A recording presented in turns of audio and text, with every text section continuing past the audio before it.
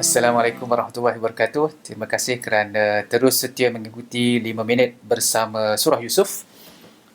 Pada kali ini kita akan menyambung perbincangan berkenaan ayat yang pertama. Sebelum ini kita berbincang tentang huruf alif, lam, ra iaitu huruf muqatta'ah. Dan pada hari ini kita akan melengkapkan ayat yang pertama, insya-Allah. أعوذ بالله من الشيطان الرجيم بسم الله الرحمن الرحيم ألف لام را تلك آيات الكتاب المبين صدق الله العظيم. ألف لام را. Inilah ayat-ayat Al-Quran yang jelas. Jadi bagi menguraikan ayat yang pertama ini, saya nak bahagikan kepada 3 segmen utama. Yang pertamanya kita akan berbincang tentang apakah yang dimaksudkan dengan tilka, yang keduanya ayat, dan yang ketiga Al-Kitab Al-Mubin. Tilka di dalam istilah bahasa Arab merupakan ismul isyarah lil ba'id. Kata tunjuk yang menunjukkan sesuatu yang jauh. Jadi persoalan di sini, kenapa Allah Ta'ala menggunakan kata tunjuk yang jauh berbanding kata tunjuk yang dekat? Apa yang boleh kita perhatikan adalah tujuannya adalah untuk menunjukkan bahawa Al-Quran itu merupakan satu kitab yang tinggi nilainya dan ia jauh jika nak dibandingkan dengan kitab-kitab yang lain. Jadi ini nak membuktikan bahawa Al-Quran itu mempunyai ketinggiannya dan ia adalah kalam Allah yang sangat tinggi. Yang keduanya perkataan ayat. Ayat jamak ataupun plural bagi perkataan ayah. Jadi bagi ayah ni terdapat 2 makna.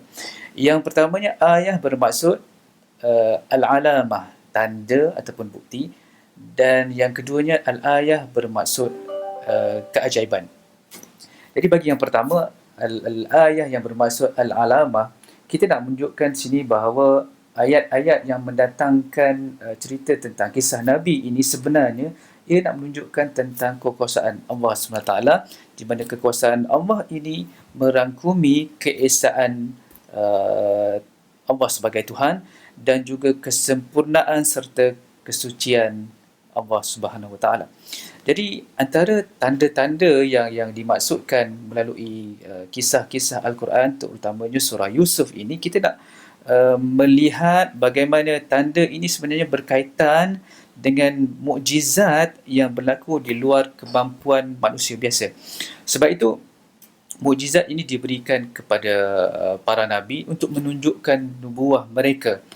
Jadi kisah yang terdapat pada surah Yusuf ini merupakan satu tanda dan juga bukti tentang kekuasaan Allah Subhanahu Wa Taala dan juga Al-Quran itu sebagai kalamullah. Apa kata Allah Ta'ala dalam surah Yusuf? Laqad kana fi Yusuf wa ikhwatihi ayatun lis-sa'ilin. Pada Yusuf dan juga saudara-saudaranya itu terdapat tanda-tanda bagi mereka yang bertanya. Dan juga disebutkan pada surah yang sama, laqad kana fi qasasihim ibrah. Pada kisah-kisah mereka ini terdapat ibrah ataupun pengajaran. Itu yang pertama. Yang keduanya, Al-Quran bermaksud keajaiban. Jadi Rashid Ridha di dalam tafsirnya, Tafsir Al-Manar, menyebutkan yang dimaksudkan dengan keajaiban di sini ialah surah ini merupakan satu bukti dan juga keajaiban yang nak menunjukkan bahawa ia adalah salah satu bukti dan juga keajaiban yang terdapat di dalam Al-Quran. Dan bukti ini menjelaskan yang halal daripada yang haram dan juga yang hak daripada yang batil. Sebab itu, kalau kita melihat seperti apa yang disebutkan oleh Ibn Ashur di dalam At-Tahrir wa Tanwir, beliau menyebutkan bahawa ayat-ayat ini sebenarnya, ayat yang terdapat pada surah Yusuf ini turun sebelum Nabi SAW berhijrah. Dan kisah tentang Nabi Yusuf ini sebenarnya tidak diketahui sebelumnya. Sebab masyarakat pada ketika itu mereka tidak begitu familiar dengan kisah Nabi Yusuf dan tidak diketahui sebenarnya tentang kisah ini. Apa yang mereka tahu adalah kisah sejarah tentang contohnya Nabi Hud dan juga Nabi Saleh. Jadi apabila Al-Quran datang, menerangkan tentang kisah Nabi Yusuf itu menunjukkan satu mukjizat Nabi SAW. Sebab Nabi pada ketika itu sebelum hijrah belum lagi bergaul dengan masyarakat Yahudi yang berada di Madinah. Sebab perkara ini, ayat ini turun sebelum Nabi berhijrah ke Madinah. Jadi ini menunjukkan bahawa terdapat satu kuasa yang memberitahu baginda sallallahu alaihi wasallam berkenaan kisah Nabi Yusuf. Dan perkataan Alkitab Al-Mubin, kitab yang jelas. Jadi jelas di sini menunjukkan bahawa seperti yang disebutkan tadi, masyarakat Arab pada ketika itu belum mengetahui tentang kisah Nabi Yusuf. Jadi ayat ini turun nak menjelaskan kisah tersebut dan membuktikan bahawa Nabi itu adalah seorang Rasul yang diwahyukan oleh Allah SWT. Jadi jelas juga bermaksud orang Arab pada suatu ketika dahulu apabila membaca Al-Quran, mereka tidak berhadapan dengan masalah untuk memahami perkataan juga ayat-ayat yang terdapat di dalamnya. Tapi disebabkan hari demi hari, bulan demi bulan, masa yang berlalu, masyarakat Arab kini mula berhadapan dengan masalah apabila membaca perkataan-perkataan dan juga ayat-ayat yang terdapat dalam Al-Quran. Apa sebabnya?